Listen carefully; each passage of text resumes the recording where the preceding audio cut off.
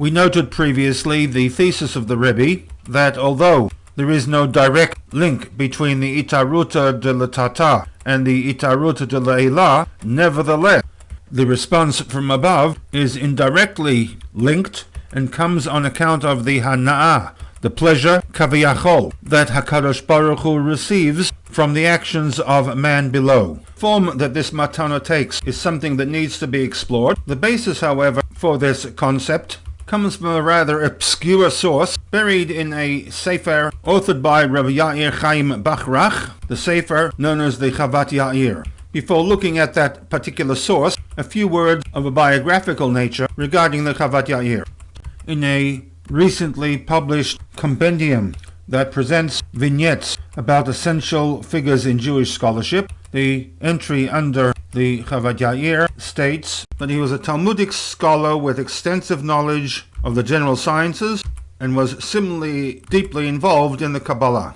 Born in 1638 and lived through what could be classified one of the darkest periods of Jewish existence. He was a young boy of 10 when the 30-year war broke out, leaving Germany in a state of ruin.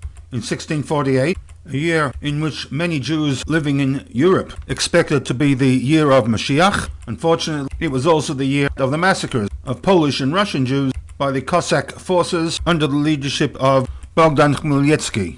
Ironically, it was a century that hosted some of the greatest names of the Talmudic halachic world. The Chavat Yair was 22 years old when Baruch Spinoza was excommunicated by the Orthodox Kehillah in Amsterdam. Around this time, the first Jews settled in New Amsterdam, otherwise known as New York. As noted, 1648 was a year in which the Jews of Europe anticipated the coming of Mashiach. It was also the year when Shabtai Tzvi, at the ripe old age of 22 years, proclaimed himself as that Mashiach. Keeping in mind, though, that his sphere of influence was within the Ottoman Empire, Turkey primarily, whereas the Chavat Yair and most of the Acharonim of the century were located in Europe, Germany, Poland, Hungary, and Lithuania. As a Kabbalist, the Chavat Yair took an interest in the movement of Shabtai Tzvi. He led a group of 13 scholars who met daily for study and self-sanctification in anticipation of what they believed was the imminent messianic redemption of the Jewish people. One might wish to rethink the descriptive that is applied to Shabtai Tzvi, that he was a false messiah. A self-proclaimed messiah would be a better descriptive, but even after it became known that Shabtai Tzvi had converted under the threat of death to the religion of Islam, Bachrach wrote that many of the sages of the land and great renowned rabbis, whom I would not want to mention publicly, accepted him as a master and king over them.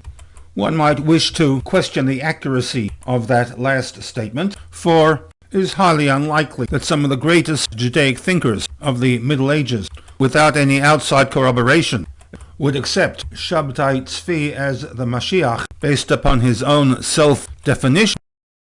More likely, they might have viewed him as a Chezekat Mashiach, a signal from HaKadosh Baruch Hu that the Messianic era was about to begin, not dissimilar to the decision by Rabbi Akiva to appoint Bar Kochbar as the Mashiach. This would have been the process previously articulated by the Rambam in Hilchot Melachim Perek Yud Aleph, so that one needs to distinguish between the identification of the Mashiach and the beginnings of the Messianic era, Yemot HaMashiach, of which a human being would be designated as the Mashiach. Given the turmoil of the day, the hopes for a better future, the era of judgment would be understandable. The Kol HaMevaser from Yeshiva University has a short essay regarding the legacy of Shabtai Tzvi.